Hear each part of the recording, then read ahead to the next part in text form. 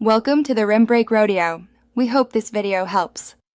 You start by powering down the receiver and unplugging any power source. This prevents shock and accidental damage. Once done, climb the ladder with a partner and locate the coax, grounding wire, and mounting bolts. Label each cable so you know what reattaches if needed. Make sure to wear gloves and goggles and position the ladder on firm ground. You'll use a wrench to loosen nuts, but first loosen the coax connector at the dish to avoid pulling cables during removal. You now loosen the mounting bolts a bit at a time so the dish stays supported and doesn't shift. Make sure a partner holds the dish as you remove the last fasteners. Once free, gently lower the dish, then remove the LNB and any adapters, capping the coax end to keep moisture out. Next, detach the bracket from the wall by removing screws and scraping old sealant. This reveals the mounting holes and lets you assess whether the structure behind the siding needs repair.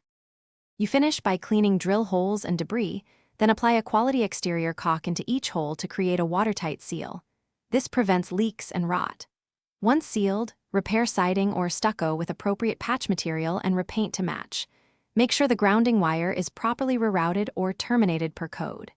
If you notice leaks, persistent moisture, or suspect structural damage, stop and recheck your grounding and seals, and call a professional if anything looks unsafe or beyond your skill.